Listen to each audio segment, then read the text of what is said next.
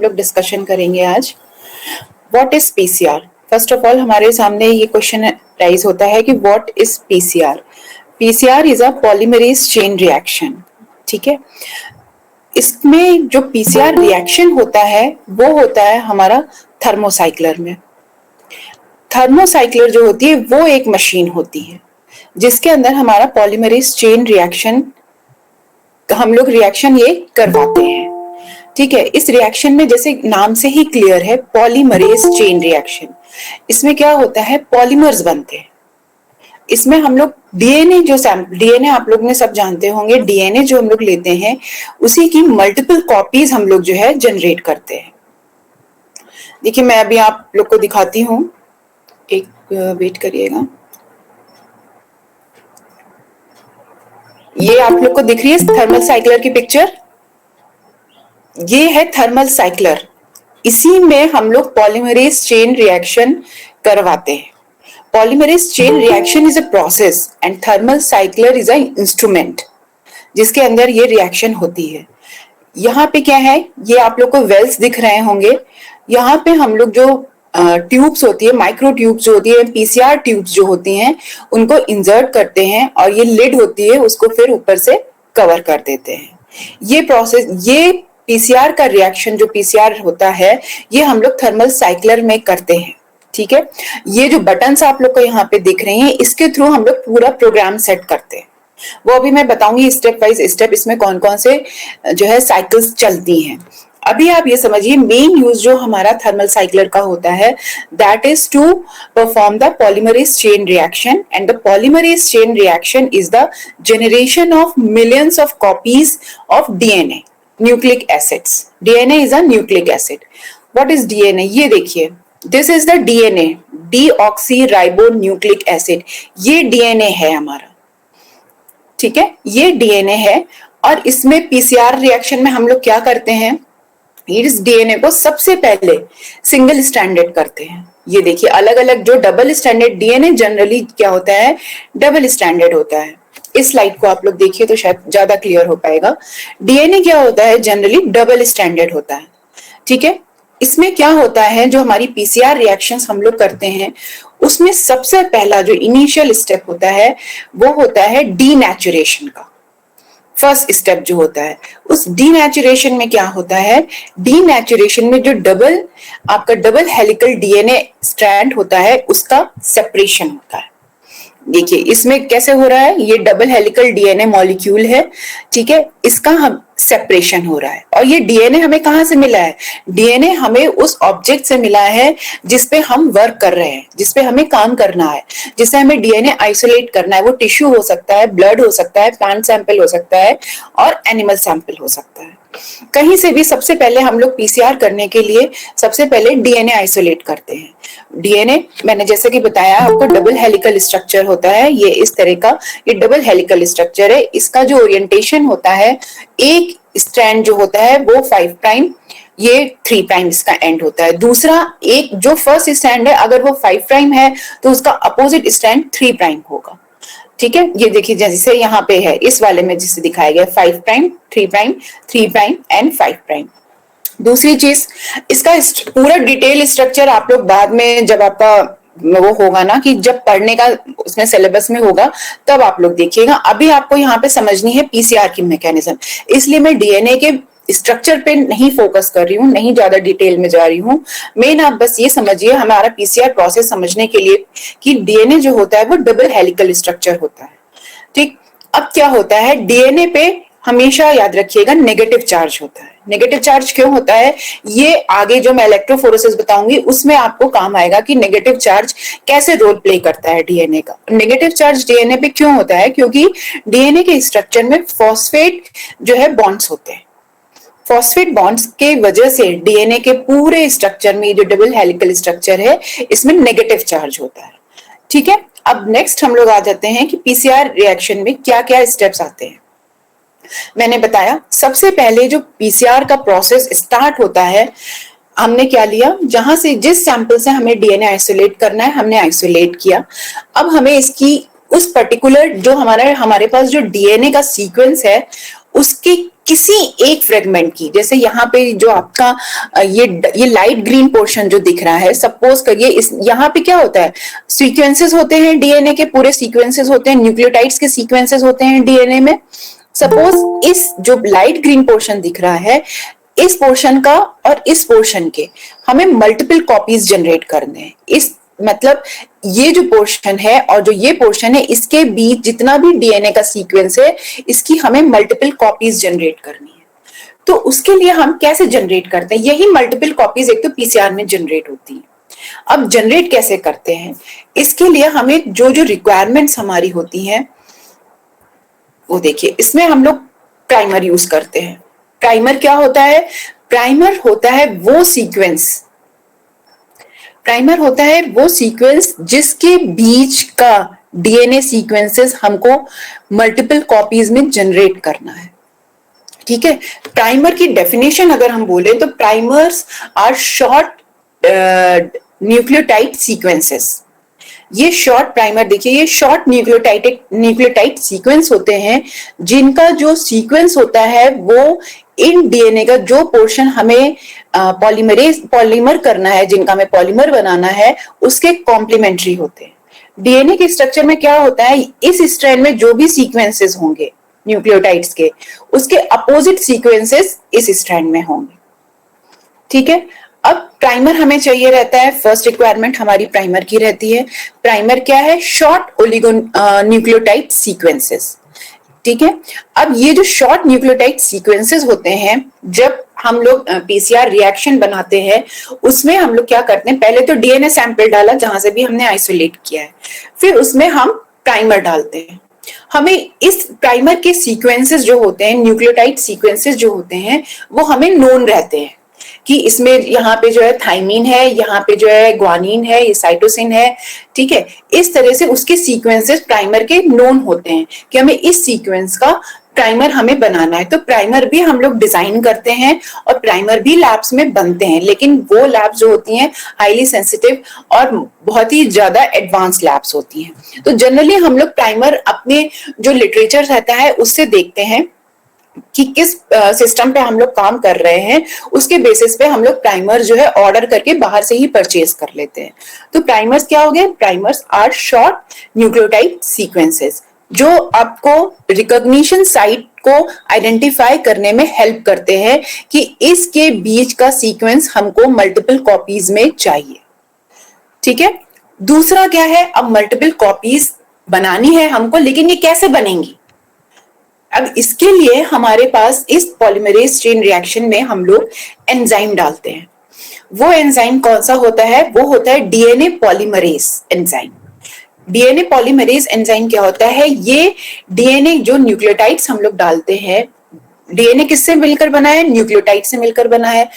Thiamine, cytosine, adenine, guanine, इससे मिलकर बना है। ये होते हैं न्यूक्लियोटाइड्स। ठीक है, इससे मिलकर बना है। तो इनको प्रॉपर जोड़ने का, ये जो ग्रीन लाइंस दिख रही हैं जो यहाँ डिनोट कर रहे हैं, ये न्यूक्लियोटाइड्स हैं जो मैंने बताया, एडेनिन, थाइमिन, साइटोसिन, ये न्यूक्लियोटाइड्स हैं जो लाइन से हम लोग यहाँ डिनोट कर रहे हैं। ATGC, adenine, thymine, guanine, cytosine. ATGC यहाँ क्यों बोलते हैं, ये पूरा डीएनए का स्ट्रैंड ATGC से मिलकर बना हुआ होता है। अब क्या है, हमेशा याद रखिए डीएनए के जो डबल हेलिकल मॉडल होता है, अगर उसके एक स्ट्रैंड में एक फर्स्ट लोकेशन में एडेनिन है A, तो उसके दूसरे स्ट्रैंड में उसी के कॉम्प्लीमेंट्री जो है थाइमीन होगा। एडेनिन हमेशा थाइमीन से अटैच रहता है और ग्वानिन हमेशा साइटोसिन से अटैच रहता है। ठीक, तो इस तरह से क्या है, एक स्ट्रैंड में जो सीक्वेंसेस हैं उसी के कॉम्प्लीमेंट्री दूसरे सीक्वेंसेस दूसरे स्ट्रैंड में रहते हैं। तो इस न्यूक्लियोटाइड को प्रॉपर जो हमें चाहिए सीक्वेंस उसमें अरेंज हो, उसकी मल्टीपल कॉपीज बने, उसके लिए हमें डीएनए पॉलीमरेज एंजाइम की जरूरत होती है। तो रिएक्शन मिक्सचर में हमारी दो चीजें आ गई, तीन चीजें आ गई। सबसे पहला हमारा डीएनए सैंपल जिसको हमें मल्टीपल कॉपीज जिसकी जनरेट करनी है। दूसरा प्राइमर, शॉर्ट न्यूक्लियोटाइड सीक्वेंस। ठीक है, थर्ड डीएनए पॉलीमरेज एंजाइम इसको टैग पॉलीमरेज भी बोलते हैं। डीएनए पॉलीमरेज एंजाइम, ये डीएनए जो यहाँ पे दिखा रहा है ये हमारा सैंपल है, डीएनए जो हमने आइसोलेट किया है, प्राइमर है, और ये पॉलीमरेज एंजाइम है। न्यूक्लियोटाइड्स, न्यूक्लियोटाइड जो मैंने भी बताया ना, AGCT, ATGC मींस ये न्यूक्लियोटाइड्स जब तक हम नहीं देंगे तब तक हमारा नया स्ट्रैंड कैसे बनेगा। जैसे भी किसी भी वॉल को हमें खड़ा करने के लिए ब्रिक्स की जरूरत होती है, उसी तरह यहाँ पे हमें नए स्ट्रैंड्स को, मल्टीपल कॉपीज को किसी भी डीएनए के जनरेट करने के लिए हमें न्यूक्लियोटाइड्स की जरूरत पड़ती है, तभी ये अरेंज होते हैं प्रॉपर, और उसके बाद एक पूरा कंप्लीट जो है डीएनए सीक्वेंस बनाते हैं, फिर उसकी मल्टीपल कॉपीज जनरेट करते हैं। अब मल्टीपल कॉपीज क्यों जनरेट करते हैं? क्योंकि हमें, जैसे हम कहीं से भी स्टडी कर रहे हैं डीएनए, तो वो तो हमें नैनोग्राम क्वांटिटी में मिलता है। बहुत ही कम चांसेस ऐसे होते हैं जो हमें बहुत अच्छा डीएनए जो है वो आइसोलेट हो जाए, नैनोग्राम या मैक्सिमम माइक्रोग्राम में मिलता है। अब वो पूरा का पूरा हमने मान लीजिए ब्लड से डीएनए आइसोलेट किया, तो पूरा का पूरा डीएनए हम सिर्फ एक ही एनालिसिस में नहीं लगा देंगे, इसलिए उसमें से भी हम नैनोग्राम क्वांटिटी लेते हैं और एक पैरामीटर की उसकी स्टडी करते हैं। फिर उसी डीएनए को हमें दूसरे और स्टडीज के लिए भी रखना रहता है, इसलिए हम लोग क्या करते हैं, नैनोग्राम क्वांटिटीज में लिया और उसकी मल्टीपल कॉपीज जनरेट करी और उसका पूरा प्रोफाइल हमने स्टडी किया। ठीक है, तो पीसीआर रिएक्शन मिक्सचर में हमारी ये चीजें हो गई, primer, nucleotides, DNA sample and polymerase. ठीक, अब नेक्स्ट हम पढ़ते हैं कि हमारे इसमें स्टेप क्या क्या होते हैं। सबसे पहले हमने ये सारी चीजें मिक्स कर ली, डाल ली, प्लस इसमें क्या होता है, बफर। ये देखिए मैंने डिफरेंट कंपोनेंट्स यहाँ पे दिखाए हैं क्या क्या होते हैं। पीसीआर बफर होता है, डीएनटीपीज होता है, प्राइमर्स होते हैं, और पॉलीमरेज और template DNA. Template DNA means जहां जो भी होस्ट से, जो भी सिस्टम से आपने डीएनए आइसोलेट किया है। अभी आप यहाँ पे क्वांटिटीज पे मत जाइए, क्योंकि ये डिपेंड करता है कि आपको किस कंडीशन में कौन से सैंपल्स कितने लेने हैं, कहां से आपने डीएनए आइसोलेट किया है। तो ये जो क्वांटिटीज हैं इस पे अभी मत जाइए, क्योंकि हर एक सिस्टम का एक अपना अलग प्रोटोकॉल होता है जो आपको उसी सिस्टम के, जिस सिस्टम पे भी आप काम कर रहे हैं उसके लिटरेचर से मिलता है। तो उसके बेस पे हम लोग जो है इसकी क्वांटिटी, इसकी कंसंट्रेशन डिसाइड करते हैं। जनरली हम लोग 25 माइक्रोलीटर बनाते हैं जो पीसीआर मिक्सचर बनता है। ये मिक्सचर जो हम लोग यहाँ पे तैयार कर रहे हैं ये 25 माइक्रोलीटर का होता है। उसमें हम लोग कितना प्राइमर डालेंगे, कितना न्यूक्लियोटाइड डालेंगे, कितना डीएनए सैंपल डालेंगे, कितना पॉलीमरेज डालेंगे, कितना बफर डालेंगे, ये हम लोग उस सिस्टम के डिफरेंट लिटरेचर से सर्च करके उसका प्रोटोकॉल ऑप्टिमाइज करते हैं। ठीक है, अब यहाँ पे क्या होता है, ये जो टैग पॉलीमरेज है इसको फंक्शन करने के लिए, ये जो होता है इसके लिए हमें मैग्नीशियम आयन की जरूरत पड़ती है। ठीक है, तो मैग्नीशियम आयन की क्यों जरूरत पड़ती है? क्योंकि ये टैग पॉलीमरेज प्रॉपर फंक्शनिंग करे। हम लोग पढ़ते हैं ना को एंजाइम, को फैक्टर्स, ये सारी चीजें हम लोग ने पढ़ी है। क्यों पढ़ती है? क्योंकि रिएक्शन को इनहेंस करते हैं। ये जो भी रिएक्शन हम लोग करवाते हैं उसको कैटलिस्ट क्या होते हैं, कैटलिस्ट का काम आप लोगों ने सुना होगा ना, कैटलिस्ट का क्या काम होता है, एक रिएक्शन को इनहेंस करना। अगर वो 10 किलोमीटर पर आवर की स्पीड से चल रही है तो उसको हमें 50 किलोमीटर पर आवर की स्पीड से बढ़ाने के लिए, उस रिएक्शन को बढ़ाने के लिए हम लोग कैटलिस्ट यूज करते हैं। वही काम यहाँ पे मैग्नीशियम आयन करता है। टैग पॉलीमरेज को की एक्टिविटी को इनहेंस करता है, और टैग पॉलीमरेज जो है इस न्यूक्लियोटाइड्स का प्रॉपर अरेंजमेंट कंट्रोल करता है और प्रॉपर बाइंडिंग उसकी कंट्रोल करता है, जिससे हमारी ये मल्टीपल कॉपीज जो है, ये मल्टीपल कॉपीज ये जनरेट हो सके। ठीक है, तो डिफरेंट कंपोनेंट्स क्या क्या होते हैं ये मैंने आपको बताया कि इसमें, और हमने जितनी भी क्वांटिटीज ली हैं इन सब चीजों की, उसके बाद जो भी क्वांटिटीज ऐड करके निकलती है, अगर हमें 25 माइक्रोलीटर का रिएक्शन मिक्सचर बनाना है तो टोटल अमाउंट इन सब का टोटल करके माइनस देखते हैं कितना 25 में से माइनस कर देते हैं। फिर वो जितना बचता है उसमें हम लोग स्टेराइल डिस्टिल वाटर डालते हैं। स्टेराइल डिस्टिल वाटर क्यों डालते हैं? क्योंकि इस स्टेराइल डिस्टिल वाटर में नॉर्मल टैप वाटर क्यों नहीं यूज करते हैं? इस स्टेराइल डिस्टिल वाटर में कोई भी दूसरे जो है एलिमेंट्स नहीं होते हैं जो इस पीसीआर रिएक्शन को इनहिबिट करें, इसलिए हम लोग यहाँ पे स्टेराइल डबल डिस्टिल वाटर भी लेते हैं। डबल डिस्टिल वाटर जैसे हम लोग अपने घरों में उसमें डालते हैं ना, जो इन्वर्टर्स होते हैं बैटरीज में, क्यों स्टेराइल वाटर डिस्टिल वाटर डालते हैं? इसीलिए कि किसी और भी तरह की जो उसमें केमिकल्स जो एलिमेंट्स प्रेजेंट रहते हैं वो किसी और तरह के रिएक्शंस को ना जो है इनहेंस करने लगे, ना या सप्रेस करने लगे, या कोई और रिएक्शन ना करने लगे। इसी तरह से पीसीआर में भी हम लोग डिस्टिल वाटर का यूज करते हैं, जिसमें कोई भी दूसरे एलिमेंट ना प्रेजेंट हो, जिससे कि रिएक्शन हमारी इनहिबिट हो या सप्रेस हो और या इनहेंस हो, प्रॉपर रिएक्शन हमें मिले। तो इसके बाद यहाँ पे क्या आता है, ये देखिए इसमें कौन कौन से, अब पहले एक तो सबसे पहला स्टेप आपने देख लिया, ये हमारा थर्मल साइक्लर हो गया, जिसमें ये थोड़ा सा रफ एक मैंने आप लोग को आइडिया दिया है कि डबल हेलिकल स्ट्रक्चर होता है डीएनए का।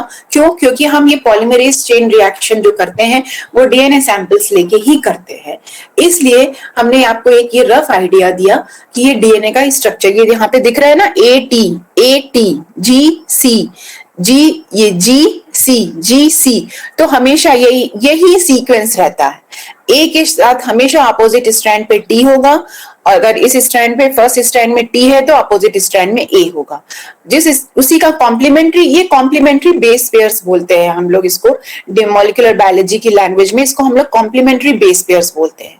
तो ए का कॉम्प्लीमेंट्री बेस कौन सा है? टी मीन्स थाइमिन, ए मीन्स एडेनिन, और थाइमिन अगर इसमें है तो उसका कॉम्प्लीमेंट्री अदर स्टैंड में एडेनिन होगा। तो इस तरह से जो बेस पेयरिंग होती है डीएनए में वो इसी तरह से कॉम्प्लीमेंट्री होती है। ठीक है, नेक्स्ट आ गया हमारा, इसमें स्टेप्स कौन कौन से इन्वॉल्व रहते हैं। सबसे पहला स्टेप जो हमारा पीसीआर रिएक्शन में रहता है वो होता है इसका डीनेचुरेशन का। अब ये डीनेचुरेशन क्या होती है? What is denaturation? किसी को कोई आइडिया है? What is denaturation?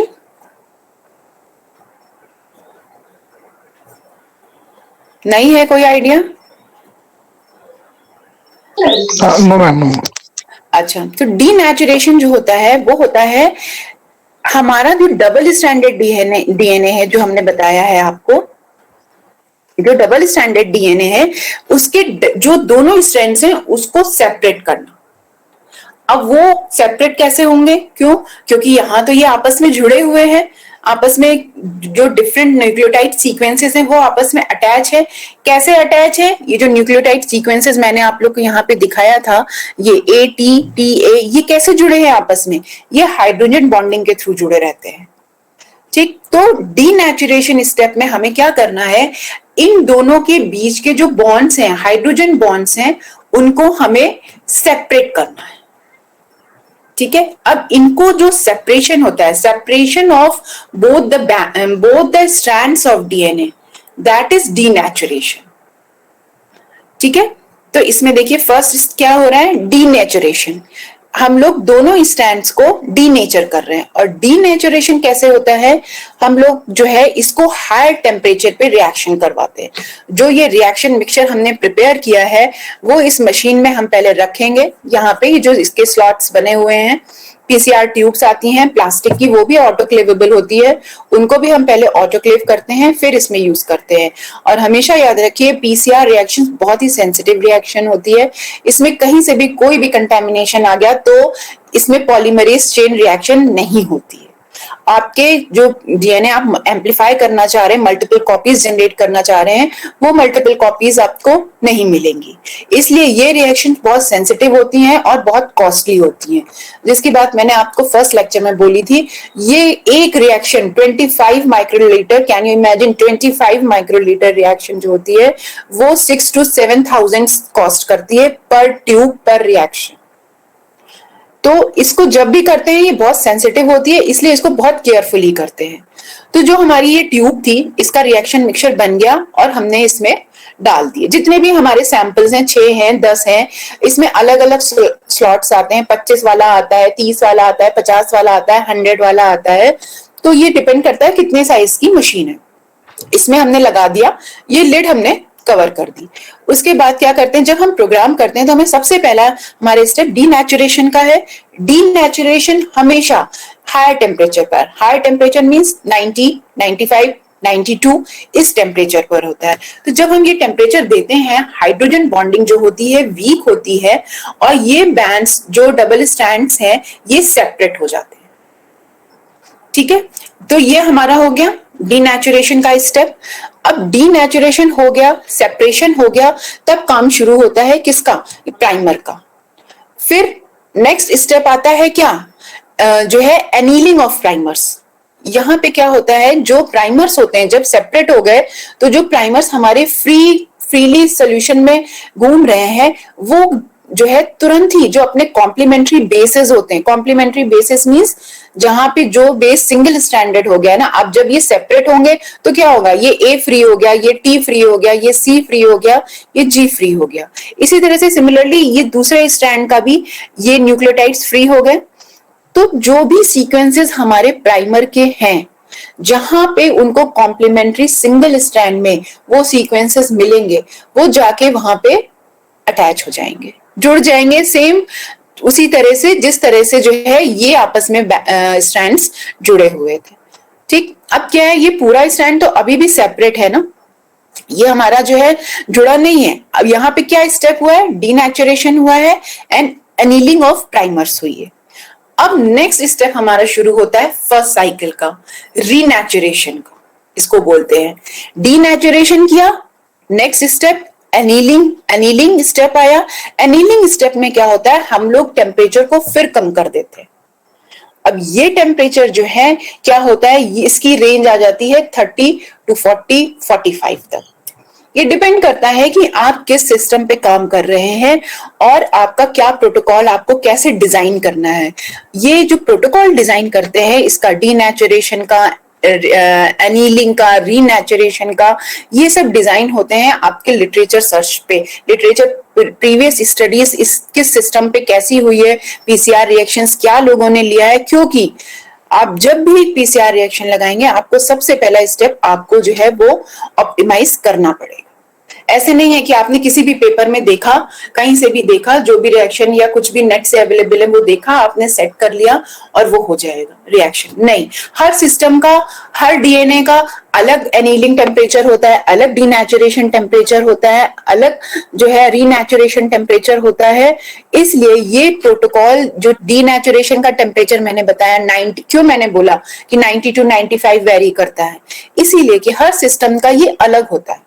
तो इसमें क्या होता है कि आपको अलग अलग टेम्परेचर पे अलग अलग प्रोटोकॉल डिजाइन करके रिएक्शंस को ऑप्टिमाइज करना पड़ता है कि किस पर्टिकुलर डीनेचुरेशन टेम्परेचर पे हमारा पीसीआर प्रोडक्ट आ रहा है।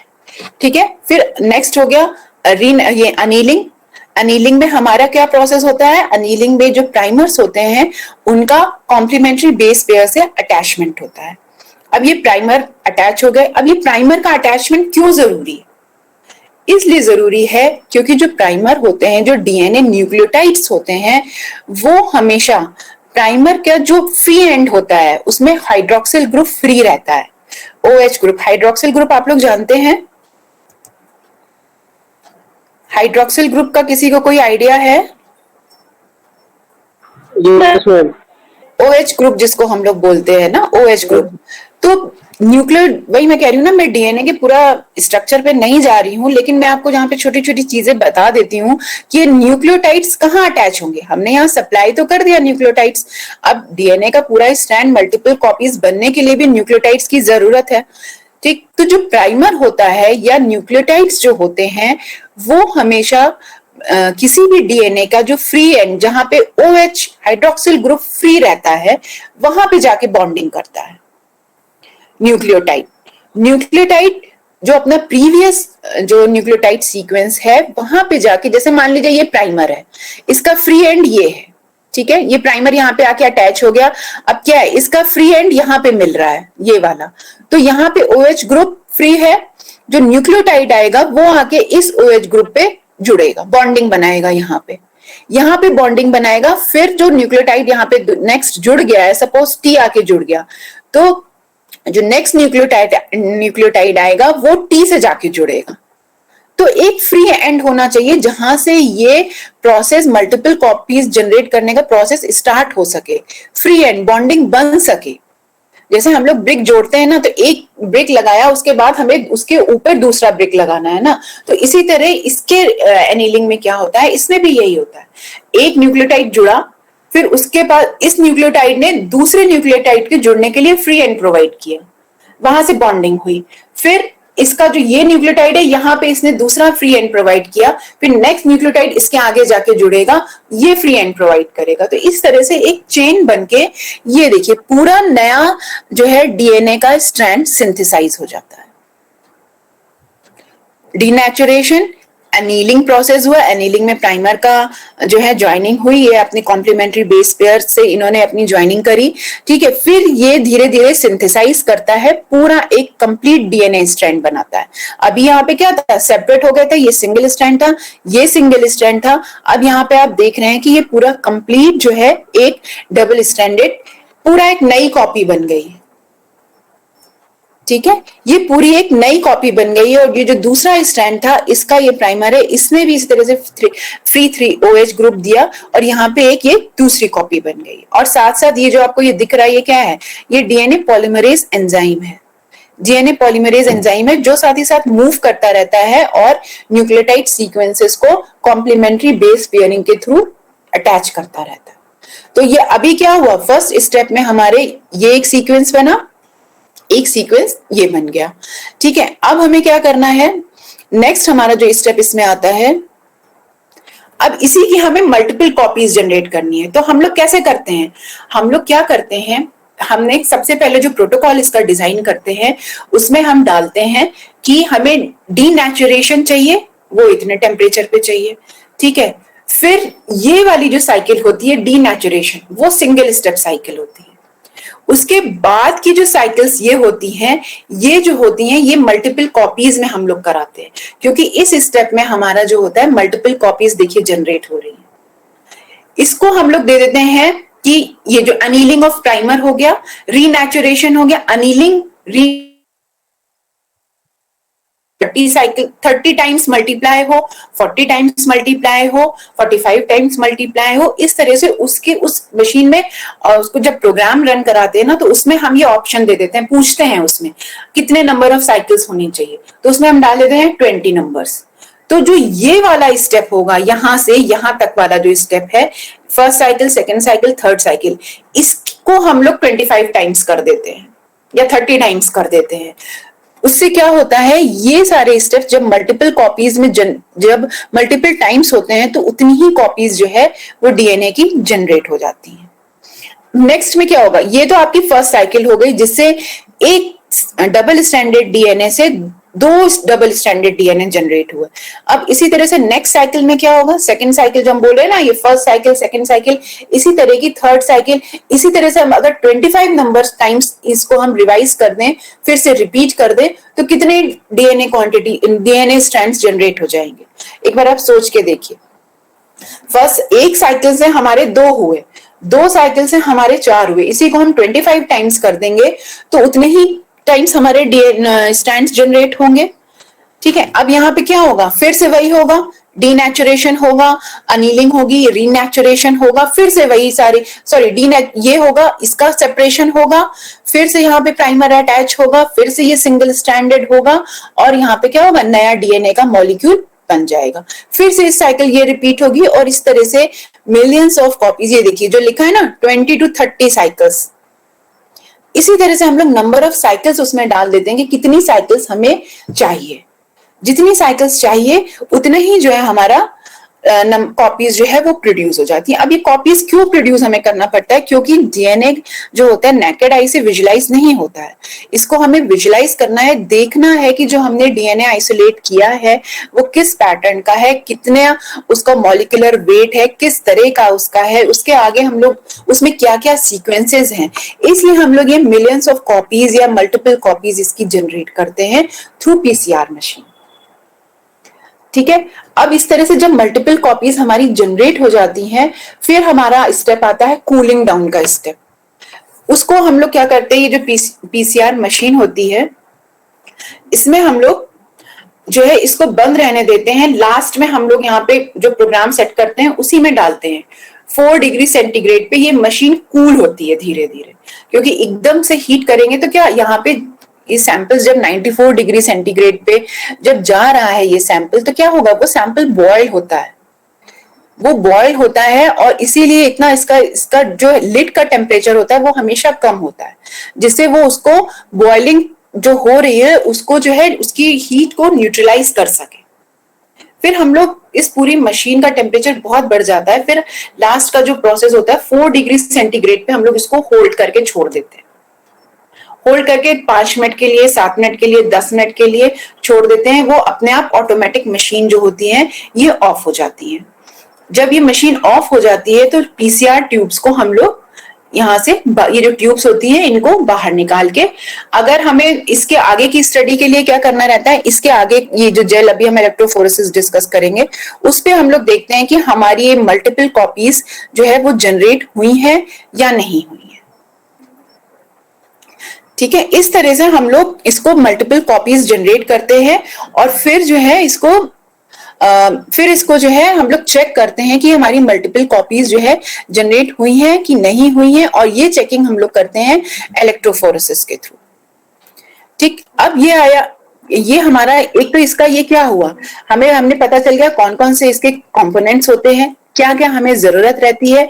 अब एक चीज आप लोग हमें बताइए, जो मैंने आपको बताया कि डीएनए सैंपल डालेंगे, डीएनए टेम्पलेट उसको बोलते हैं, डीएनए प्राइमर्स हम डालेंगे। प्राइमर क्यों डालेंगे, क्योंकि हमें पूरा डीएनए, नया डीएनए जो है स्ट्रैंड सिंथेसाइज करना है। थर्ड हमने डाल दिया डीएनटीपीज डालेंगे। क्यों, dNTPs is a basic need to form a complete DNA strand. ठीक, जैसे ब्रिक्स का काम जैसे होता है वही काम यहाँ पे डीएनटीपीज का होता है। उसके बाद हम डालते हैं इसमें बफर सोल्यूशन। बफर सोल्यूशन में मैंने बताया डालते हैं, और फाइनल वॉल्यूम 25 माइक्रोलीटर हम लोग मेंटेन करते हैं स्टेलाइज वाटर से। ठीक, और मैग्नीशियम का मैंने इसमें आपको रोल बताया क्या होता है। मैग्नीशियम जो होता है वो टैग डीएनए पॉलीमरेज को जो है इनहेंस करने में, रिएक्शन इनहेंस करने में हेल्प करता है। अब ये बताइए, जो बफर सोल्यूशन भी हम लोग इसमें डालते हैं, मैंने बताया ये बफर सोल्यूशन का आप लोग को कुछ तो आइडिया होगा कि बफर सोल्यूशन हम लोग क्यों यूज करते हैं कहीं पे। बफर सोल्यूशन का क्या रोल होता है।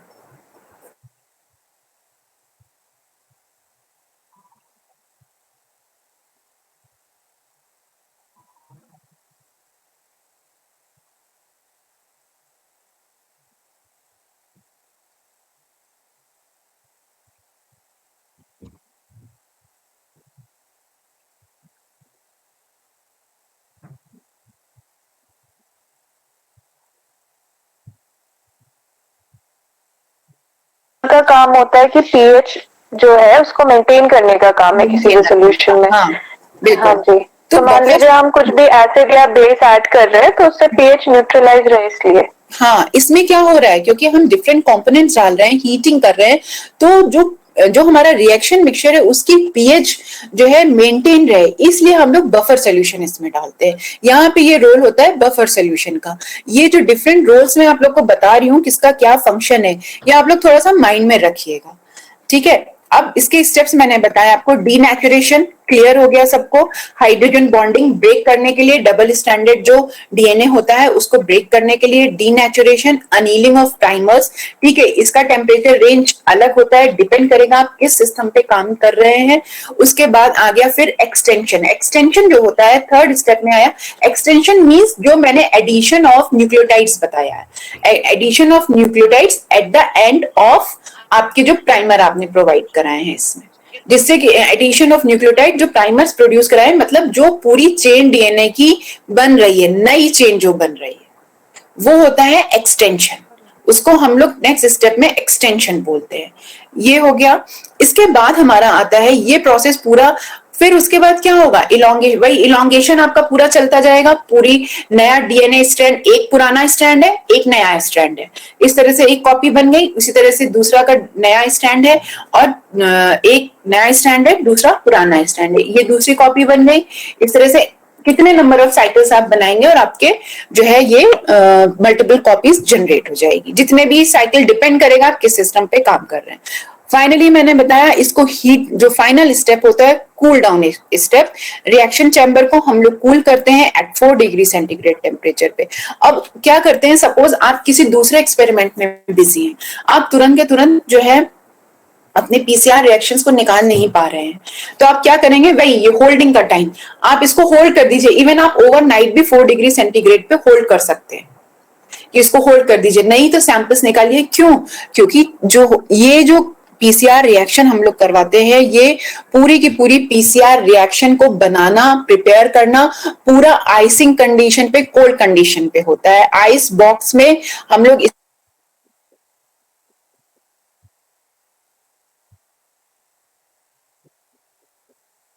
क्यों रखते हैं? क्योंकि ये हीट सेंसिटिव होते हैं सारे कंपोनेंट्स, इसके हीट सेंसिटिव। मैंने बताया ना, जब हमने इसको हायर हीट प्रोवाइड करी तो क्या हुआ, डीएनए का जो बेसिक नेचर है, बेसिक स्ट्रक्चर है, वो क्या हुआ, डीनेचर हो गया। जो डबल स्टैंडर्ड डीएनए होता है वो सिंगल स्टैंडर्ड में चेंज हो गया। तो इसी तरह से जो डीएनए का स्ट्रक्चर होता है, वो अगर हम बाहर रूम टेम्परेचर पे 35 डिग्री 40 डिग्री पे जो हम लोग का चल रहा है टेम्परेचर, उस पर रखेंगे, तो जो डीएनए का बेसिक स्ट्रैंड होता है, बेसिक नेचर होता है डबल स्टैंडर्ड का, वो डिसइंटीग्रेट हो जाता है। वो स्ट्रक्चर जो है कहीं ना कहीं जो है वो चेंज हो जाता है। इसलिए पूरी पीसीआर रिएक्शन हम लोग जब भी मिक्सचर बनाते हैं, उसको पूरी आइसिंग और कूलिंग कंडीशन पे बनाते हैं। ठीक है, जब ये रिएक्शन बन गया, हमने रख दिया और फिर होल्ड कर दिया। नहीं होल्ड किया, आप तुरंत अगर इलेक्ट्रोफोरेसिस नहीं कर पा रहे, उसको नहीं चेक कर पा रहे हैं, तो उसको रेफ्रिजरेटर में डाल दीजिए, उसको फ्रीजर में डाल दीजिए। नेक्स्ट डे क्या होगा, उसमें वो पूरा जम जाएगा। आप उसको थॉ करिए, थॉ मीन्स रब करिए जब वो लिक्विड फॉर्म में आ जाए, और फिर उसको आप तुरंत आइस में डाल दीजिए। आइस मीन्स कूलिंग कंडीशन उसको प्रोवाइड करनी है, नॉट एट रूम टेम्परेचर। उसको कूलिंग कंडीशन में रखिए, फिर आप अपना जो है इलेक्ट्रोफोरेसिस उसको रन कराइए, फिर चेक करिए। ठीक है, तो इस तरह से ये डिफरेंट एक्सटेंशन, इलोंगेशन, फिर फाइनल इलोंगेशन या आप वही फाइनल होल्डिंग, ये डिफरेंट स्टेप्स होते हैं। अब इसमें क्या होता है, मेन काम सबसे ज्यादा, अगर हर एक स्टेप की अपनी अपनी एक लिमिटेशंस होती हैं। जैसे मैंने फर्स्ट स्टेप बताया जो आपका डीनेचुरेशन का आता है, डीनेचुरेशन अगर प्रॉपर हीटिंग आपने प्रोवाइड नहीं करी, तो वो डबल स्टैंडर्ड जो डीएनए है वो सिंगल स्टैंडर्ड में नहीं ब्रेक होगा।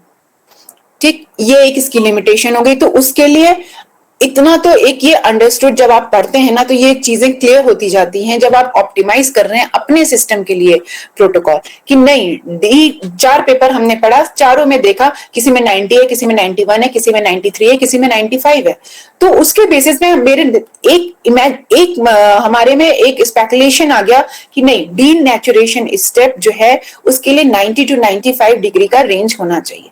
ये डीनेचुरेशन स्टेप की एक लिमिटेशन हो गई। ठीक है, नेक्स्ट स्टेप हमारा जो आता है वो आ गया अनीलिंग। इसी तरह से आपने 4 पेपर्स पढ़े, उसमें से देखा अनीलिंग हमारे सिस्टम की इस टेम्परेचर पे हो रही है, 35 पे हो रही है, 50 पे हो रही है, 45 पे हो रही है, तो हमारे माइंड में आया कि नहीं, हमें ये टेम्परेचर रखना चाहिए। ये फिर वही चीज आई कि अगर जब तक आपका टेम्परेचर ऑप्टिमम नहीं होगा, तब तक ना डीनेचुरेशन होगा, ना अनीलिंग होगी, ना इलोंगेशन होगा। फाइनल होल्डिंग का तो आप इसमें से हटा दीजिए, क्योंकि फाइनल होल्डिंग तो 4 डिग्री है ही। तो ये जो डिफरेंट स्टेप्स हैं, इनकी जो है अपनी अपनी लिमिटेशंस भी है। और हमेशा आप देखिए, कभी ये किसी चीज को गर्म करते हैं तो वो क्या होती है, वो एक्सटेंड होती है, एक्सटेंशन होता है उसका। ठीक है, और जब किसी चीज को हम ठंडा करते हैं तो वो क्या होती है, कॉम्प्रेस होती है, सप्रेस होती है। तो वही चीज यहाँ पे भी, जब हमने हीटिंग करी तो डबल हाइड्रोजन बॉन्डिंग है, हाइड्रोजन बॉन्डिंग को ब्रेक करना है हमें। और क्या है जो मैंने बताया, सीक्वेंसेस एटीजीसी, एटीजीसी जो सीक्वेंसेस होते हैं, एटी एडिनोसिन थाइमिन हमेशा डबल हाइड्रोजन बॉन्डिंग से जुड़े रहते हैं। ग्वानिन साइटोसिन जीसी जो मैंने बताया, वो ट्रिपल हाइड्रोजन बॉन्डिंग से जुड़े रहते हैं। 2 स्ट्रैंड्स हैं, एक तरफ ए है, एक तरफ टी है। एटी डबल बॉन्डिंग से जुड़े रहेंगे हाइड्रोजन बॉन्ड से। जीसी है, जीसी में क्या होता है, ट्रिपल बॉन्डिंग होती है। तो जो ट्रिपल बॉन्डिंग होती है, जितना ज्यादा डीएनए में कंटेंट में आपके जीसी कंपोनेंट रहेगा, उतना ज्यादा उसको ब्रेक करना डिफिकल्ट होगा, और उतना ही ज्यादा हमें अपना जो टेम्परेचर डीनेचुरेशन का है वो ज्यादा रखना पड़ता है। जितनी क्या हो, एक सिंपल फंडा आप समझिए, जितनी ज्यादा स्ट्रांग बॉन्डिंग है उतना ही हमको अलग करने में ज्यादा ताकत लगानी पड़ेगी, और जितनी ही वीक बॉन्डिंग है उसको हम इजीली सेपरेट कर लेंगे। तो यही डिफरेंस होता है, यही डीनेचुरेशन स्टेप की लिमिटेशन होती है। अब ये पता कैसे चलता है कि इस जो हमने डीएनए आइसोलेट किया है उसमें ग्वानिन साइटोसिन कंटेंट ज्यादा है या एटी कंटेंट ज्यादा है। तो ये सीक्वेंसेस हम लोग जब पढ़ते हैं, लिटरेचर वर्क करते हैं, जो आप लोग भी करेंगे, लिटरेचर वर्क करेंगे, उसमें से सीक्वेंसेस देखते देखते पढ़ते पढ़ते हमें पता चलता है कि, और जो जीनोम सीक्वेंसेस जिस भी सिस्टम के जैसे पता चलते हैं तो उससे पता चलता है कि नहीं इसमें ग्वानिन साइटोसिन जो है कंपोनेंट ज्यादा है या फिर एटी ज्यादा है। ऑब्वियसली स्ट्रॉन्ग बॉन्डिंग है, ट्रिपल बॉन्डिंग है, तो उसको ब्रेक करने के लिए हमें ज्यादा टेम्परेचर चाहिए डीनेचुरेशन स्टेप उसको। और उसमें क्या होता है, जैसे हमने दिया, सबसे पहला हमने दिया डीनेचुरेशन, तो डीनेचुरेशन हमने दिया 3 मिनट के लिए, उसमें प्रोग्राम पूरा सेट करना पड़ता है, जो पीसीआर जो थर्मल साइक्लर होता है उसमें प्रोग्राम सेट करना पड़ता है। तो हमने डीनेचुरेशन स्टेप दिया सपोज 90 डिग्री फॉर 3 मिनट्स, ठीक है। लेकिन आपको लग रहा है कि नहीं, आपने जो पेपर्स लिटरेचर देखा उसमें देखा कि नहीं 4 मिनट्स भी है, तो ठीक है। क्यों 4 मिनट्स है? क्यों? क्योंकि आपको इतना तुरंत स्ट्राइक करेगा कि नहीं इसमें जीसी कंटेंट ज्यादा होगा, इसलिए 4 मिनट्स है या 5 मिनट, ठीक है। फिर अगर जीसी कंटेंट ज्यादा है तो उसी तरह से उसका अनीलिंग का भी टेम्परेचर हम डिसाइड करेंगे। अनीलिंग का टेम्परेचर भी जो है हमने उसी तरह से डिसाइड किया।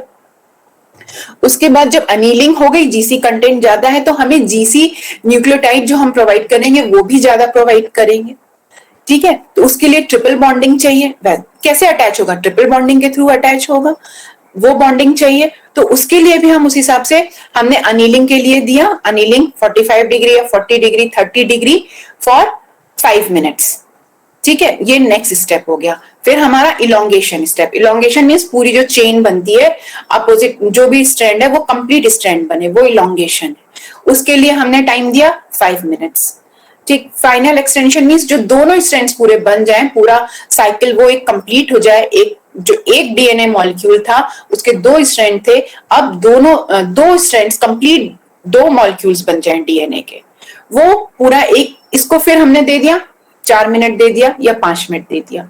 इस तरह से ऑप्टिमाइज करेंगे। तो ये जो 3 स्टेप होते हैं एक्सेप्ट डीनेचुरेशन, इसी को हम बार बार फिर हमने दे, उसमें ऑप्शन आता है, फिर ये जो 3 स्टेप हमारे हैं इसको हमने दे दिया कितने टाइम्स? 25 टाइम्स। अनीलिंग, उसके बाद एक्सटेंशन, फाइनल एक्सटेंशन, इसको हमने दे दिया 25 टाइम्स। अब ये साइकिल आपकी 25 टाइम्स रिपीट होगी और मल्टीपल कॉपीज जनरेट हो जाएंगे। तो हर एक टेम्परेचर का, हर एक जो इसमें स्टेप्स हैं उसकी अपनी अपनी टेम्परेचर लिमिट, टाइम लिमिट होती है। यही चीजें जो है ड्यूरिंग पीसीआर रिएक्शन लगाने में आपको ऑप्टिमाइज करनी पड़ती है। प्रिकॉशन क्या तक देखते हैं? प्रिकॉशन सारे आपके जो कंपोनेंट्स हैं उसको आपको आइसिंग कंडीशन में रखना है पूरे, जब तक आपका जो है पूरा रिएक्शन मिक्सचर रेडी ना हो जाए। और जब तक आपका रिएक्शन मिक्सचर रेडी होगा तब तक आपको पूरा काम जो है लेमिनार एयर फ्लो में करना है, कोई भी कंटेमिनेशन ना आए आपके किसी भी कंपोनेंट में। क्योंकि क्या होता है, किसी भी कंपोनेंट में कोई भी अगर जो है कंटेमिनेशन आ गया तो वो पूरा रिएक्शन मिक्सचर जो है पूरा वो बेकार हो जाता है, कंटेमिनेटेड हो जाता है, फिर वो आपको कोई भी फाइनल प्रोडक्ट नहीं देगा, कोई भी रिजल्ट नहीं आएगा। तो इसके लिए क्या करते हैं हम लोग, छोटे छोटे स्टॉक्स बना के रखते हैं। सपोज आपने एक बार में जो है डीएनटीपीएस के कई वाइल्स मंगा लिए, तो हर एक वाइल को पूरा मत खोलिए, उस वाइल के छोटे छोटे स्टॉक पहले से ऑटोक्लेवेबल ट्यूब्स जो आती हैं, एपेंड्रॉफ्स आती हैं या ये जो पीसीआर ट्यूब्स आती हैं, उसमें छोटे छोटे स्टॉक्स बना के रख लीजिए और एक बार में एक ट्यूब लीजिए, उससे यूज करिए और उसको हटा दीजिए। क्योंकि एक बार भी कंटेमिनेशन आ गया, आप उससे 10 टाइम्स भी रिएक्शन बनाएंगे तो रिजल्ट नहीं आएंगे, ठीक है। तो इस तरह से हम लोग जो होता है वो पीसीआर रिएक्शन बनाते हैं, उस पर प्रिकॉशन पे ध्यान देते हैं क्या क्या करना है। और ये इसमें डिफरेंट जो है स्टेप्स होते हैं, डीनेचुरेशन, अनीलिंग, एक्सटेंशन बोल दीजिए या इलोंगेशन बोल दीजिए, यही साइकिल जो है डिफरेंट टाइम्स जो है वो रिपीट होती जाती है, जो फाइनल प्रोडक्ट हमारा देती है। अब आ गया, मैंने इसका बता दिया कि क्या क्या स्टेप्स इसके होते हैं। अब आता है हमारा इलेक्ट्रोफोरेसिस जो हमारा नेक्स्ट टॉपिक है आज का, हाँ, अब पीसीआर में आप लोगों को कुछ पूछना है तो प्लीज बोलिए। पीसीआर में कहीं कोई कंफ्यूजन है? किसी को कोई कंफ्यूजन है पीसीआर रिएक्शन में, या इसके स्टेप्स में, या इसके कौन कौन से कंपोनेंट्स होते हैं इसमें? कोई भी अगर कंफ्यूजन है तो प्लीज अभी पूछ लीजिए। ठीक है, फिर नेक्स्ट हम लोग आगे प्रोसीड करते हैं। अब हमारा आता है इलेक्ट्रोफोरेसिस। ठीक है, अभी हम यहाँ पे डीएनए की बात कर रहे हैं तो मैं डीएनए के टर्म में ही इलेक्ट्रोफोरेसिस को आगे कंटिन्यू कर रही हूँ। इलेक्ट्रोफोरेसिस जो होती है वो कई तरह से होती है। कई मैक्रो मॉलिक्यूल्स जो हम लोग पढ़ते हैं, जैसे डीएनए हो गया, आरएनए हो गया, प्रोटीन्स हो गया, इन सब के लिए अलग अलग इलेक्ट्रोफोरेसिस होती है। अगर जैसे यहाँ पे अभी हम डीएनए की बात करी है प्रीवियसली हमने पीसीआर में, तो हम लोग यहाँ पे एगारोस जेल इलेक्ट्रोफोरेसिस की बात करेंगे। ठीक है, क्या होता है? इस पॉलीएक्रिलामाइड जेल इलेक्ट्रोफोरेसिस भी होता है। उसमें हम लोग स्टडी करते हैं प्रोटीन के मॉलिक्यूल्स की, कि प्रोटीन कैसे मतलब कि क्या स्टडी करते हैं कि प्रोटीन का साइज क्या है, कितना मॉलिक्यूलर वेट है, ये सारी चीजें। तो प्रोटीन जनरली हम लोग जो इलेक्ट्रोफोरेसिस यूज करते हैं वो डीएनए, आरएनए, प्रोटीन मॉलिक्यूल्स के लिए करते हैं। ठीक, यहाँ पे आपको दिखाई पड़ रही है ये एक यूनिट है। ठीक है, ये क्या है? एगारोस जेल इलेक्ट्रोफोरेटिक यूनिट है। ये तो एक छोटी यूनिट है, बेसिक यूनिट है। इसमें बहुत बड़ी बड़ी यूनिट्स भी आती हैं, जिसमें हम लोग एट अ टाइम जो है 50 सैंपल्स तक लोड कर लेते हैं। सैंपल्स कौन से? या तो जो हमने डीएनए आइसोलेट किया है, या फिर जो भी पीसीआर रिएक्शन हमने की है, पीसीआर लगा के जो उसका फाइनल प्रोडक्ट मिला है हमको, पीसीआर रिएक्शन मिक्स जो मिला है, उसको देखने के लिए, चेक करने के लिए कि ये पीसीआर रिएक्शन हुआ है, इसमें डीएनए की मल्टीपल कॉपीज बनी है या नहीं बनी। ठीक है, उसके लिए हम लोग यूज करते हैं डीएनए के टर्म में। अगर हम जिस सिस्टम से हम डीएनए आइसोलेट करते हैं तो हमें क्या देखना रहता है कि हमारा डीएनए आइसोलेट हुआ है। फर्स्ट चीज, इसका यूज क्या है। Just I am telling you कि what is the use of this electrophoretic unit. अगर हमने डीएनए आइसोलेट किया है तो हमें उसको चेक करना है कि डीएनए हमारा फर्स्ट स्टेप हुआ है आइसोलेट कि नहीं हुआ है। दूसरा, अगर डीएनए आइसोलेट हुआ है तो उसकी जो है क्वालिटी कैसी है। थर्ड, जो डीएनए आइसोलेट हुआ है उसकी क्वांटिटी क्या है। ठीक है, तो यहां पे हम डीएनए की अभी बात कर रहे हैं कि जो बेसिक प्रिंसिपल सभी इलेक्ट्रोफोरेसिस का सेम है। डिफरेंस कहां आता है? मॉलिक्यूल्स पे, कि आपको कौन से मॉलिक्यूल्स की स्टडी करना है, डीएनए, आरएनए, प्रोटीन। उसी के बेसिस पे हम डिसाइड करते हैं। ये जो जेल रखा है इसको जेल बोलते हैं, कि हमें जेल किसका बनाना है। ठीक, यहां पे हमने क्या लिखा है? एगारोस। तो डीएनए के केस में हम लोग एगारोस का जेल बनाते हैं। जेल से आप लोग को क्या समझ में आ रहा है कि जेल से क्या मतलब होगा? जेल तो सिंपल है ना। जेल क्या है? जेल व्हाट इज, मतलब जेल को जनरली हम लोग किस तरह से डिफाइन कर सकते हैं? जेल आप लोग यूज करते हैं हेयर जेल में भी लगता है, सेमी सॉलिड सेमी लिक्विड। या डेफिनेटली, बिल्कुल सही। ठीक है, ये एक सॉलिड सा, मतलब सेमी सॉलिड नहीं बोलेंगे लेकिन सॉलिड बोलेंगे, but not very hard solid. ठीक है, ऐसा ये हम लोग इसकी कंसंट्रेशन लेते हैं कि ये बहुत हार्ड ना हो। एगारोस जो है ये क्या है? ये इसी का हम लोग यहाँ जेल, ये जो जेल आपको दिख रहा है ना, ये जेल है। और ये जो ब्लू ऐसे ये दिख रहे हैं, ये इसमें जो ब्लू चीज दिख रही है ये सैंपल्स हैं। सैंपल्स मींस जो पीसीआर प्रोडक्ट है या जो हमारा डीएनए प्रोडक्ट है, ये वो सैंपल्स हैं। और जिसमें हमने लोड किया है इसको हम लोग बोलते हैं वेल्स। जो वेल्स हम लोग इसमें डीएनए में एक कोम लाइक स्ट्रक्चर होता है, जैसे जनरली कोम होते हैं ना, उसी के ब्रॉड थोड़े से एंड होते हैं, ब्रॉड थोड़ा, उसी को इस जेल में जब ये लिक्विड फॉर्म में रहता है, जब जेल प्रिपेयर करते हैं हम लोग, तो उस हमने इस ट्रे रहती है ये पूरी, ये जो ट्रे दिख रही है ना, ये यहां से लेके जो ये बाउंड्री सी दिख रही है ये ट्रे होती है।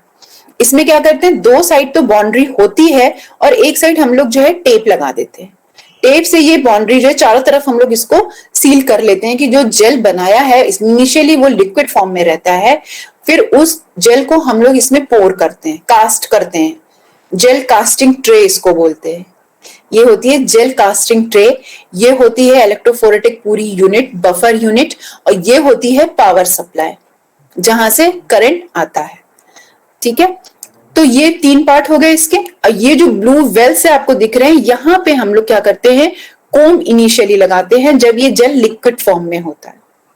लिक्विड फॉर्म में इस यूनिट में हमने यहाँ कोम लगाया, प्लास्टिक के वो होते हैं, कोम लगाया, उसके बाद जेल जो है हमने पोर किया जेल, कोम लगा दिया, उसके बाद इसको छोड़ देते हैं रूम टेम्परेचर पे, ये सॉलिडिफाई होता है। जब एगारोस हमारा सॉलिडिफाई हो गया, देख लिया, उसके बाद उस यूनिट के साइड वाले टेप्स जो होते हैं, ये जो इस एंड के जो टेप होते हैं, सेलो टेप लगाते हैं, इसको हम हटा देते हैं।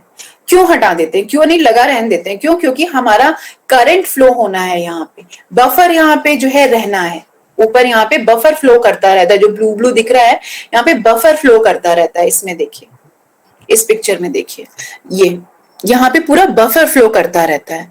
ये क्या होता है, ये जो है ये माइक्रो पिपेट होता है, उसकी टिप्स होती हैं जिससे हम लोग सैंपल, ये दिख रहा है ना आपको ब्लू टिप्स में, ये सैंपल्स होते हैं, इसको हम लोग, ये वेल्स होते हैं, इसमें लोड करते हैं। ठीक है, और जो ब्लू होती है ये हमारी डाई होती है, इसमें सैंपल होता है प्लस जो है डाई होती है, डाई में ग्लिसरॉल होता है। इस डाई का भी प्रिपेयर करने का एक पूरा प्रोटोकॉल होता है। ठीक है, जो डाई हम लोग प्रिपेयर करके रखते हैं प्लस सैंपल में मिलाते हैं, उसके बाद जो है हम लोग यहाँ पे सैंपल लोड करते हैं। और इस डाई का मेन कंपोनेंट होता है ग्लिसरॉल। ग्लिसरॉल का यहाँ पे क्यों यूज करते हैं, क्योंकि क्या है, अगर हमने कोई भी लिक्विड डाला, मैंने बताया यहाँ पे पूरा बफर भरा रहता है, अगर हम सिंपली ऐसे आपका डीएनए डाल देंगे तो डीएनए क्या होगा, ये वेल से बाहर निकल आएगा। एक डेंसिटी प्रोवाइड करने के लिए कि एक जो डीएनए के सैंपल है उसमें डेंसिटी रहे, हैवीनेस रहे, जिससे वो इस वेल में नीचे सेटल हो जाए डीएनए, इसलिए हम लोग इसमें जो है ग्लिसरॉल यूज करते हैं, बनाते हैं ये डाई पूरा। इसका भी एक अपना हर लैब का एक प्रोटोकॉल होता है, उसके अकॉर्डिंग हम लोग ये डाई पूरी प्रिपेयर करते हैं। ठीक है, तो ये हमारा जेल बन गया, सॉलिडिफाई हो गया। हमने क्या किया, साइड साइड से दोनों तरफ से इसके टेप निकाल दिए, और इस जो जेल कास्टिंग यूनिट है इसको इलेक्ट्रोफोरेटिक यूनिट में रख दिया। ये हमारा इलेक्ट्रोड्स होते हैं। ठीक, इसको हमने पूरा पावर सप्लाई से कनेक्ट कर दिया। पहले सैंपल हम इसमें लोड करेंगे, उसके बाद हम ये ऑन कर देंगे। तो इसमें अब नेक्स्ट स्टेप जो हमारा आता है वो आता है कि हमें इसका प्रिंसिपल क्या होता है, what is the principle of electrophoresis. किसी को कोई आइडिया है?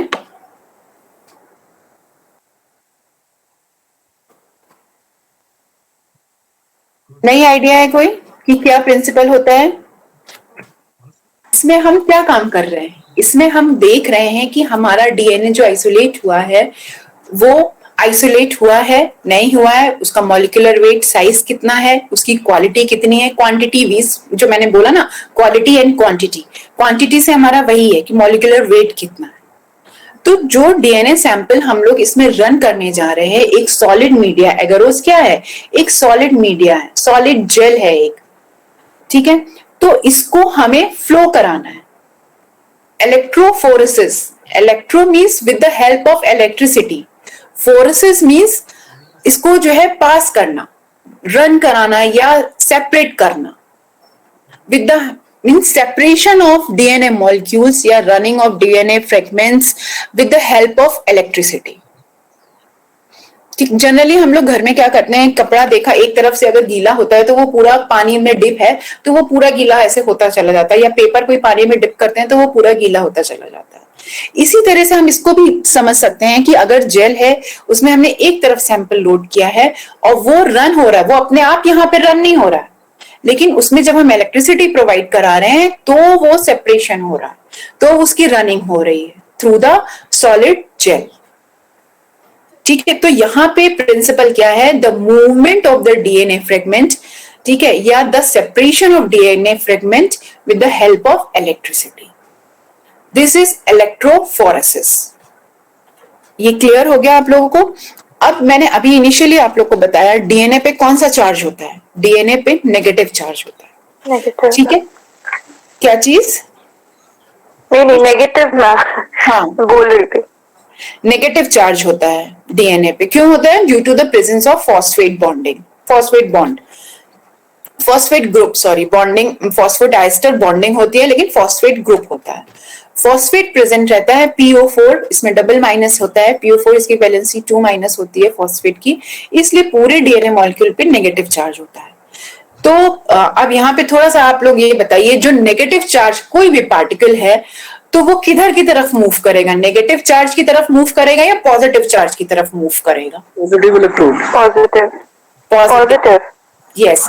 तो यहाँ पे हम लोग क्या करते हैं, जो डीएनए जो इलेक्ट्रोड मैंने दिखाए वो पॉजिटिव इलेक्ट्रोड होता है, नेगेटिव इलेक्ट्रोड होता है। तो डीएनए सैंपल हम लोग हमेशा नेगेटिव इलेक्ट्रोड की तरफ लोड करते हैं। आरएनए भी इवन नेगेटिवली चार्ज रहता है, आरएनए को भी हम लोग जो है नेगेटिव इलेक्ट्रोड की तरफ लोड करते हैं। ठीक, तो यहाँ पे एक प्रिंसिपल में एक फैक्टर और जुड़ा, क्या? Charge particle, separation electrophorosis, separation of charge particle with the help of electricity। ठीक है, तो अब जब नेगेटिव, जो हम लोगों ने कैथोड की तरफ या नेगेटिव चार्ज इलेक्ट्रोड की तरफ हमने डीएनए सैंपल लोड कर दिया, जो अभी मैंने दिखाया, with the help of dye, ठीक है, उसको लोड किया और हमने पावर सप्लाई ऑन कर दी, पावर आने लगी, करंट आने लगी। अब क्या होता है, जो डीएनए सैंपल होता है वो धीरे धीरे धीरे धीरे धीरे आगे की तरफ मूव करता है। वो किधर मूव करेगा? पॉजिटिव चार्ज की तरफ। ठीक है, ये धीरे धीरे ये इसी जेल में मूव करता जाता है। अब क्या है यहाँ पे, इसके क्या मतलब प्रिकॉशंस लेने चाहिए? जेल जो हम लोग बनाते हैं एगरोस जेल, उसमें क्या होता है, हम लोग पहली चीज उसकी कंसंट्रेशन डिसाइडेड होती है कि अगर हमें जो है किस कंसंट्रेशन का बनाना है। जनरली हम लोग जो बनाते हैं वो 0.8% का जेल, एगरोस जेल बनाते हैं। कुछ नहीं करना रहता है, एगरोस जेल अवेलेबल रहता है, एगरोस 0.8 ग्राम इन 100 ml। 100 ml क्या? बफर। ठीक है, बफर बनाते हैं, उसका TAE बफर होता है, उसमें हम लोग एगरोस जेल प्रिपेयर करते हैं। उसके बाद उसको जो है इलेक्ट्रोफोरेसिस, उसमें भी जो यूनिट होती है उसमें भी बफर डालते हैं हम लोग पूरा, क्योंकि वो ट्रे पूरी हमारी डिप रहनी चाहिए। बफर का सेम फंक्शन है, pH मेंटेन करना प्लस इलेक्ट्रिसिटी जो हमारी आ रही है उससे क्या होती है, वो यूनिट हीट होती है, उसको मतलब टेम्परेचर उसका ऑप्टिमम रखना। वो हीट नहीं होना चाहिए, हीट से अगेन क्या है, डीएनए सेंसिटिव है, डीएनए के स्ट्रैंड जो होते हैं वो डीनेचर हो जाएंगे। ठीक है, फिर जो जेल हम लोग बनाते हैं उस समय क्या ध्यान रखना है कि हमारी जो कंसंट्रेशन है वो पूरी एप्रोप्रिएट होनी चाहिए। बहुत हार्ड जेल नहीं होना चाहिए, ना बहुत सॉफ्ट जेल होना चाहिए। हार्ड जेल होगा तो क्या होगा, हार्ड जेल होता है तो उसमें क्या रहता है कि हमारे डीएनए जो हमने लोड किए हैं वो प्रॉपर रन नहीं करेंगे, वो आगे मूव नहीं करेंगे। जहां हमने लोड किए हैं वो वहीं के वहीं स्टक होके रह जाते हैं, उसी वेल में स्टक होके रह जाते हैं। क्यों? क्योंकि उनको जो पोरेशन है जेल में वो प्रॉपर नहीं है। अगर डीएनए बड़े साइज का है तो हम उसकी डीएनए जो एगरोस है उसकी कंसंट्रेशन कम लेते हैं। अगर जो डीएनए है वो छोटे साइज का है तो हम लोग थोड़ा सा कंसंट्रेशन 0.8 से 1% तक कर सकते हैं। तो जनरली जो ऑप्टिमम होता है उसको हम लोग 0.8% ही एगरोस लेते हैं, सिर्फ डीएनए चेक करने के लिए कि हमारा डीएनए, अभी हम सिर्फ अभी चेकिंग की बात कर रहे हैं। जो हमारा पीसीआर के लिए बनता है एगरोस जेल वो 1.2% या 1.5% का बनता है। सेम प्रोसेस वही रहता है बनाने का, बफर में बनाते हैं, यूनिट में पूरा हम लोग TAE buffer, tris acetate EDTA buffer होता है वो यूज करते हैं। पूरा जो जेल का ट्रे रहता है वो पूरी डिप रहनी चाहिए। ठीक है, हार्ड जेल का मैंने बताया कि क्या जो है उसकी डिसएडवांटेज होती है। अगर हार्ड जेल बना, कंसंट्रेशन अगर उसकी ज्यादा हो गई तो आपका जो डीएनए है मूव नहीं करेगा, इवन जो पीसीआर है वो भी मूव नहीं करेगा। अगर आपने सॉफ्ट जेल बनाया तो क्या उसका डिसएडवांटेज है, इस 0.8 की जगह आपने सोचा कि छोड़ो 0.6 ही ले लेते हैं, नहीं, सॉफ्ट जेल बनेगा। सॉफ्ट जेल बनेगा तो उसमें जो डीएनए सैंपल रन तो होगा लेकिन वो प्रॉपर जो बैंड्स हमें दिखने चाहिए वो बैंडिंग पैटर्न नहीं आएगा, वो एक डिफ्यूज सा पैटर्न आपको देगा। जो आप देखेंगे तो आपको समझ भी नहीं आएगा कि हमारा डीएनए आया भी है कि नहीं आया। वो सॉफ्ट जेल का डिसएडवांटेज ये होता है। तो इसलिए जनरली जो हम लोग विजुलाइज करते हैं जीनोमिक डीएनए जिसको बोलते हैं, जीनोमिक डीएनए मींस जो आपने एक अपने सोर्स से डायरेक्ट डीएनए निकाला है, आइसोलेट 0.8% का जेल बनाते हैं, एगारोज जेल बनाते हैं। पीसीआर सैंपल अगर किसी चीज का लगा रहे हैं, कर रहे हैं, उसको चेक करना है तो 1.2 1.5 इस तरह से परसेंट का एगारोज जेल हम लोग बनाते हैं। ठीक है, तो ये तो हो गया कि जेल का क्या कंसंट्रेशन होना चाहिए।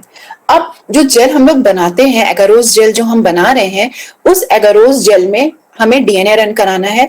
अब डीएनए का ब्लू डाई तो आप लोगों ने देखा अभी जो मैंने यूनिट दिखाया, लेकिन वो डीएनए दिखेगा कैसे, कैसे हम देखेंगे? ब्लू डाई के बेसिस पे तो नहीं। ब्लू डाई जो हम यूज कर रहे हैं that is just for to stack the DNA into the wells, कि वो प्रॉपर वेल्स में सेटल डाउन हो जाए और मूव करे।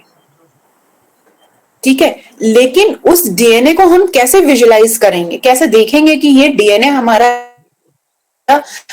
हमारे पर्पस का है भी, या आइसोलेट हुआ है या नहीं हुआ है, या पीसीआर मिक्सचर हमारा पीसीआर मतलब रिएक्शन हुई है कि नहीं हुई है। तो इसके लिए जो हम लोग जेल बनाते हैं, उसी जेल एगारोज जेल जो बनाते हैं उसमें हम लोग एगारोज डाला, बफर डाला, प्लस हम लोग डालते हैं एथिडियम ब्रोमाइड।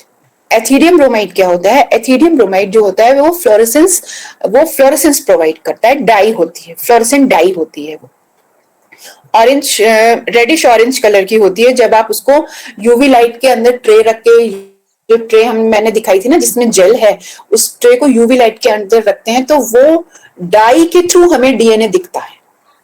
जो हम लोग एथिडियम ब्रोमाइड डाई यूज करते हैं, जेल में डालते हैं वो।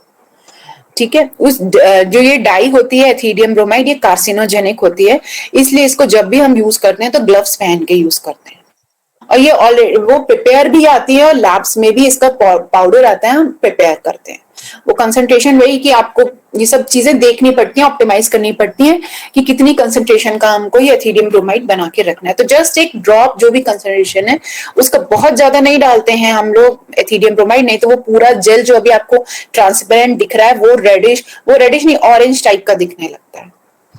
ठीक है, तो वो एथिडियम ब्रोमाइड भी हम जेल में डालते हैं। एगारोज वे करके डाला, बफर डाला, एक ड्रॉप एथिडियम ब्रोमाइड की डाली, उसको हम बॉईल करते हैं। बॉईल क्यों करते हैं? क्योंकि एगारोज जो है हमारा वो प्रॉपर मेल्ट हो जाए। जैसे हम लोग कोई भी, आप एग्जांपल ले लीजिए, जैसे दूध में कोई भी प्रोटीन मिक्सचर डालते हैं तो उसको थोड़ा सा बॉईल करना पड़ता है कि वो प्रॉपर मिक्स हो जाए। इसी तरह एगरोज को हम लोग एक बार बॉईल करते हैं, फिर उसको कूल करते हैं रूम टेम्परेचर पे, उसके बाद वो कास्टिंग ट्रे में डालते हैं। और जो एथिडियम ब्रोमाइड भी डालते हैं, जब हमारा एगरोज जेल थोड़ा कूल हो जाए, रूम टेम्परेचर पे हो जाए, तब हम लोग एथिडियम ब्रोमाइड उसमें ऐड करते हैं। अब तीन चीजें जेल बनाते समय, एगरोज जेल प्रिपेयर करते समय, उसमें भी तीन कंपोनेंट हो गए, बफर हो गया, एगरोज हो गया, एथिडियम ब्रोमाइड हो गई। प्रिकॉशन क्या लेना है? प्रिकॉशन ये है कि हमारा रूम टेम्परेचर पे होना चाहिए। फिर ये जब रूम टेम्परेचर पे हमारा एगरोज जेल आ गया तो उसको कास्टिंग ट्रे में उसको कास्ट कर देते हैं। वो सॉलिडिफाई होगा, आपका जेल रेडी हो गया, आपका जो है ये डीएनए सैंपल्स रेडी है, आपका डाई रेडी है। ठीक, आपने जो है कोम, जो जेल में कोम इंसर्ट किया था उसको पहले धीरे से निकाल लेते हैं कोम को। उस जो कोम जहां से निकालते हैं वहां पे वेल्स बन जाते हैं, उसी वेल्स में सैंपल, जो मैंने अभी पिक्चर देखा है, उसी वेल्स में सैंपल लोड करते हैं। ठीक, नेक्स्ट स्टेप क्या आया? नेक्स्ट स्टेप आया कि हमने जेल ये सब लोड कर दिया, उसके बाद जो है ये एक मिनट में ये फिर से शेयर कर रही हूं आप लोगों को।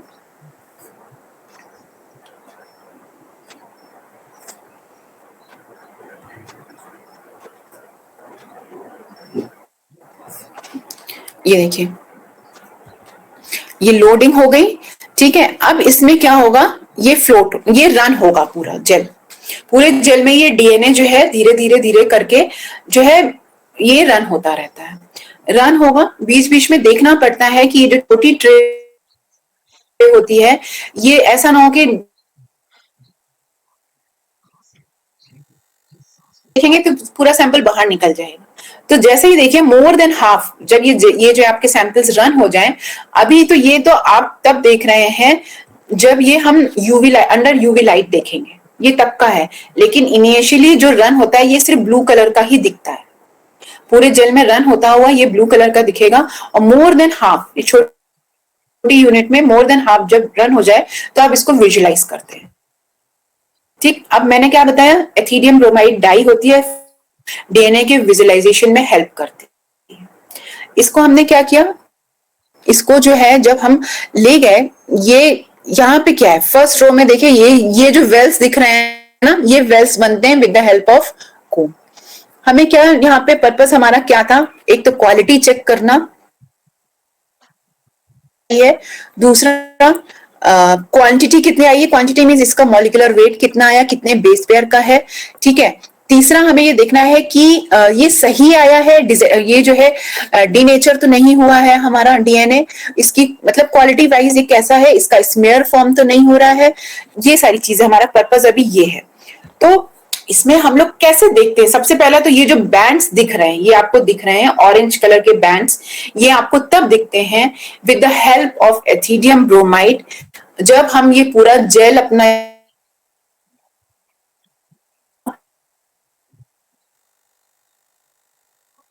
रन हो जाता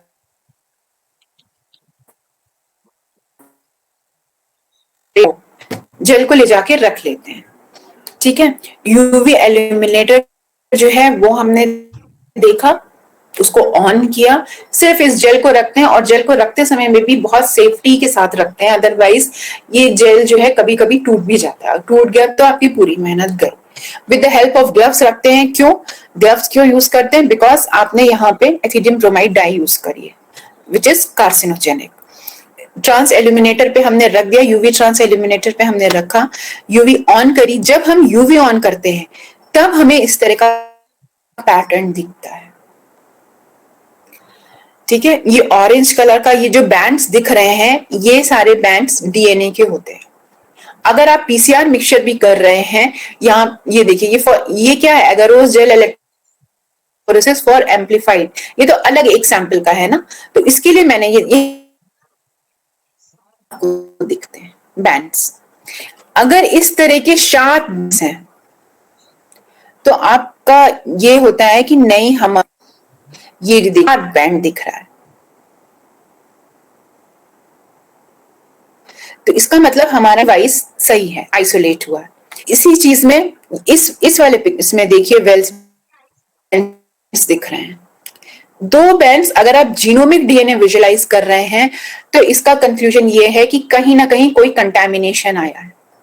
क्यों कंटामिनेशन है, क्योंकि जो जीनोमिक डीएनए के बैंड्स होते हैं वो हर एक, अगर सेम सैंपल है तो वो सेम टाइप के होंगे, सिंगल बैंड आएगा। सिंगल बैंड से मेरा ये है, जिस तरह 7th वाले वेल्स में दिख रहा है सिंगल बैंड, आपका जो सेकंड वेल है इसमें क्या है, डबल बैंड्स दिख रहे हैं। तो ये जो डबल है इसका मतलब ये कंटेमिनेशन है, ये हो सकता है किसी बैक्टीरिया का कंटेमिनेशन हो, उसका डीएनए यहाँ पे आ गया हो, या किसी और भी चीज का कंटेमिनेशन है जो यहाँ पे ये विजुलाइज हो रहा है, ठीक है। तो जो हमारा प्योर क्वालिटी वाइज प्योर जो DNA isolate, genomic DNA isolate होता है, उसका बैंड इस तरह से सिंगल बैंड आता है और क्लियर रहता है। अब ये देखिए दूसरा डिफरेंस आप लोग को यहाँ पे दिख रहा होगा कि जो 7th वाले वेल में जो बैंड है उसकी इंटेंसिटी ज्यादा है, मतलब आप एक उसमें देखिए तो लग रहा है ये ज्यादा ब्राइट है, ठीक है, एज कंपेयर टू आप ये देखिए 5th वाले में ये थोड़ा सा डल लग रहा है, ये ब्राइट ज्यादा लग रहा है। इस जो हम लोग एक नेकेड आई से विजुलाइज करके एक आइडिया लगाते हैं, मैं सिर्फ उसकी बात कर रही हूँ। अभी मैं इस पे भी आऊंगी जो यहाँ पे नंबर्स लिखे हैं, ठीक है। एक जो हम लोग जनरली एक रफ आइडिया लगाते हैं कि नहीं हमारा जो डीएनए आइसोलेट हुआ है वो किस क्वालिटी का है, तो एक क्वालिटी मैंने बताई, जितना क्लियर आएगा बैंड, शार्प बैंड आएगा, उतना अच्छा आपका जीनोमिक डीएनए है। सेम चीज उसके लिए भी होती है पीसीआर रिएक्शन के लिए, लेकिन पीसीआर रिएक्शन में क्या होता है, उसमें मल्टीपल बैंड्स भी आ जाते हैं, जो डिपेंड करता है कि आपने कौन सा प्राइमर यूज किया है, मींस कौन सा प्राइमर जो मैंने बताया ना वो यूज किया है। डिपेंड करता है कि आप कौन सा पीसीआर एनालिसिस कर रहे हैं, कौन से प्राइमर के साथ कर रहे हैं, उसमें अलग अलग तरह के प्राइमर्स आते हैं तो वो डिफरेंट पैटर्न देते हैं। अभी मैं यहाँ पे सिर्फ जीनोमिक डीएनए की बात कर रही हूँ, तो जीनोमिक डीएनए में सिंगल बैंड आता है, और अगर आपका इस तरह डल बैंड है मींस डीएनए की क्वांटिटी कम है, जो आपने डीएनए आइसोलेट किया है उसकी क्वांटिटी कम आई, कंसंट्रेशन कम आई है उसकी। जो आपने अगर इस तरह का बैंड आ रहा है, इंटेंस बैंड है, ब्राइट बैंड है, क्लियर बैंड है, सिंगल बैंड है, means this is a good quality DNA. ये डीएनए जो है गुड क्वालिटी का है।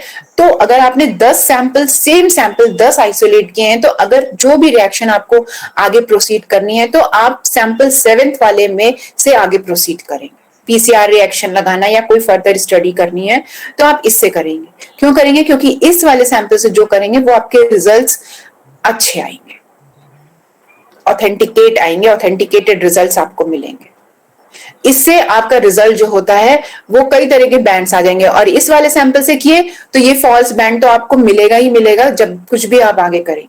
तो वो आपकी जो स्टडी होती है ना, वो आपकी एक्यूरेट नहीं होती। तो एक नेकेड आई से विजुअलाइजेशन करके आप ये 2-3 चीजें जो है एक कंक्लूजन निकाल सकते हैं कि हमारा डीएनए कैसा आया है, किस सैंपल का डीएनए अच्छा है, किस सैंपल में कंटेमिनेशन है, इस तरह से। तीसरी चीज, सपोज ये तो अभी आपको एकदम क्लियर बैंड दिख रहा है, इसमें क्या है, इसमें देखिए, इसमें कुछ ऊपर से भी स्मेयर टाइप का दिख रहा है। मींस यहाँ पे क्या है, मिस हैंडलिंग हुई है, आपका डीएनए कहीं ना कहीं डीनेचर हुआ है। Miss handling, denature means temperature variation हुआ है। डीएनए को हैंडल करते समय, डीएनए को आइसोलेट करते समय कहीं पे टेम्परेचर जो है वो ज्यादा आपका आ गया है, आपने कूलिंग कंडीशन से डेविएशन कर दिया है। इस वजह से यहाँ पे इसको हम लोग क्या बोलते हैं, इस तरह का जो बैंड आता है ना, ऊपर से नीचे तक रफ थोड़ा थोड़ा दिख रहा है, पूरा शाइन कर रहा है, इसको हम लोग स्मेयर फॉर्म बैंड बोलते हैं। इसको इंटेंस बैंड बोलते हैं। स्मेयर फॉर्म मीन्स आपका डीएनए डीनेचर हुआ है।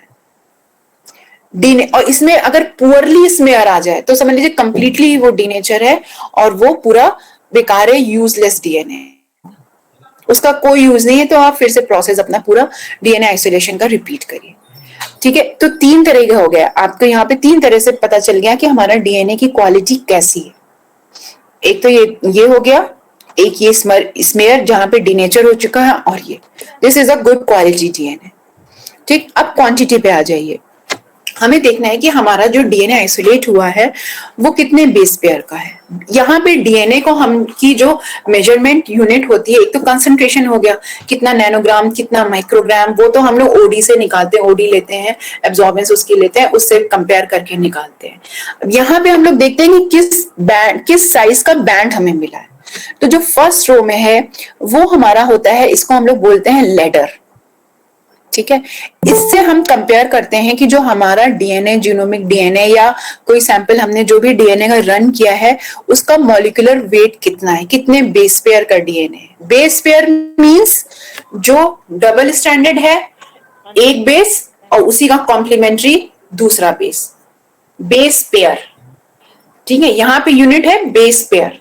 तो यही चीज है, 2 डबल स्टैंडर्ड है, एक बेस और दूसरा उसका पेयर, बेस पेयर। तो यहाँ पे जो हम लोग फर्स्ट वेल में हमेशा, अगर हमें जब भी क्वांटिटी चेक करनी है कितने बेस पेयर का है, तो फर्स्ट वेल में हम लोग लेडर लोड करते हैं, डीएनए लेडर। अब ये डीएनए लेडर क्या होता है, जैसे step wise ladder means you all know ladder, सीढ़ी। ठीक, यहाँ पे क्या होता है, जो डीएनए लेडर होता है, इसमें आप देख रहे हैं ना 100 बेस पेयर, 200, इसी तरह से पूरा 3000 बेस पेयर तक के इसमें डीएनए स्ट्रैंड्स आपको दिख रहे हैं। तो ये जो होता है ये अवेलेबल रहता है, ये कमर्शियली अवेलेबल आपको रहेगा। आप ऑर्डर करके जिस रेंज का चाहिए वो डिपेंड, फिर वही चीज डिपेंड करता है कि आपको कौन सा लेडर यूज करना है अपने इस आइडेंटिफिकेशन के लिए, इसके क्वांटिफिकेशन के लिए। ये डिपेंड करता है कि आपने आइसोलेट किया है, जिस सिस्टम से डीएनए आइसोलेट किया है उसका एक आपको आइडिया रहता है कि इसमें का जीनोम साइज बड़ा है, इसमें जो है ज्यादा बेस पेयर्स के डीएनए आएंगे, तो हमें ये वाला लेटर यूज करना चाहिए।